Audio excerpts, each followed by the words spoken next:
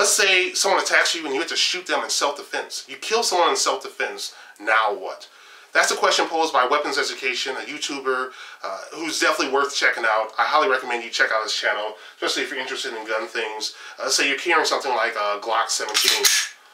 I actually carry a Glock 21, but it doesn't matter. Something like this, and someone attacks you and you have to shoot that person.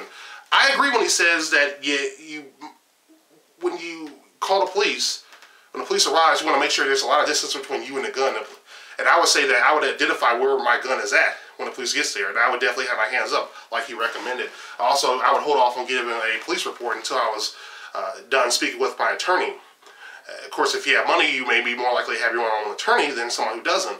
But in any event, you want to speak with your attorney, a public defender, or somebody who's on your side. That way you can get the details done right. You don't want to give a statement when you're in shock that you may not have all the details right. That could be used against you. Okay, some police may believe you, some may not. Depends on the circumstances. Witnesses will definitely help your case. And, you know, he said you should tell the police that you're willing to cooperate, you're willing to help them out, but you need to speak with an attorney first. Really good advice. As far as the gas station example, I disagree with him on some areas. When he says, let's say you're pumping your gas, and let's say this is a pump, right? And somebody walks up to you and say, give me your wallet. Do you shoot them automatically? He says no, and I agree. You know, I wouldn't automatically shoot somebody just because they did that. What I would say is, no, step away. Okay, that's what I would say. Okay, and if I'm on this side of the pump, I'll say, no, step away. Now, this is where we disagree.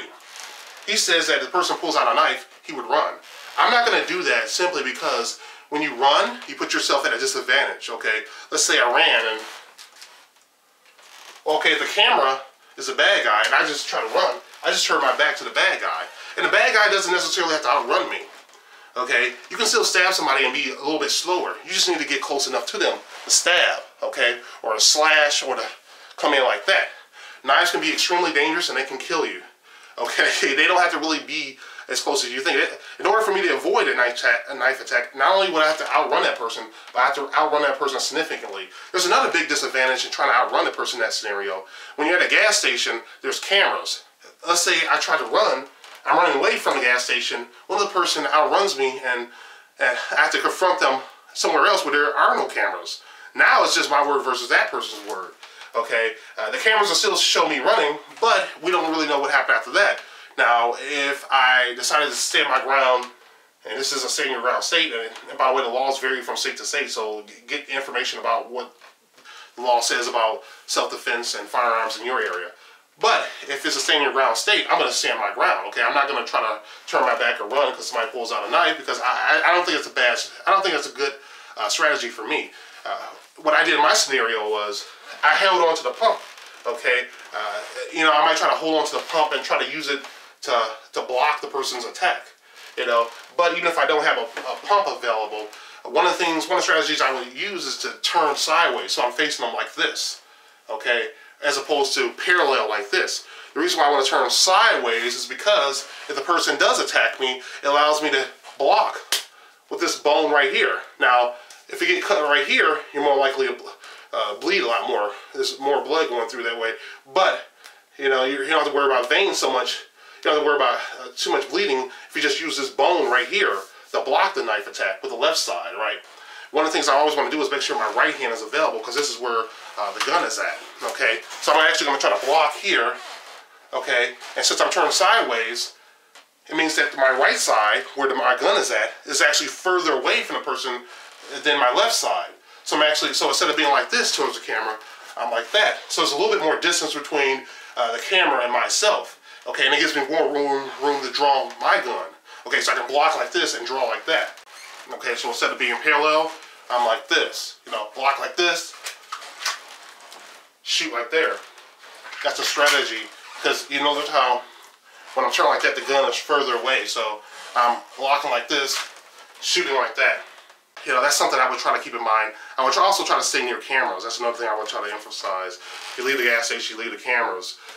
So I agree and disagree with some of the stuff he had to say, but hey, you know, maybe you disagree with the things I have to say. You know, there's going to be huge consequences if you shoot somebody. You know, the family may sue you. You don't know. It's a lot of stuff. You know, the prosecutor may try to prosecute you for murder or whatever.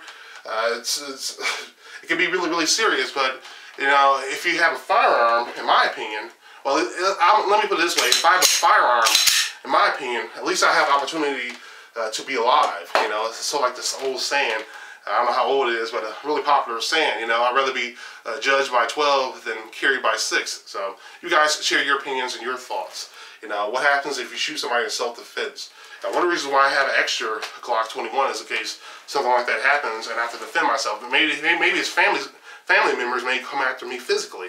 So I still want to be able to defend myself even after that. So it can get really, really messy. I don't look forward to being involved in that type of situation. I want to avoid that type of situation by making smart decisions and being aware of my environments before something like that happens. You know, that's why I'm always on alert when I'm at the gas stations or whatever, you know, and always have that right hand available, okay? You know, even if I try to grab something or eat something, that right hand's got to be available, got to be able to drop whatever I'm doing and go to the gun as soon as I can. So thanks for watching. Please comment. And don't forget, the future belongs to those who prepare for it today. Bye.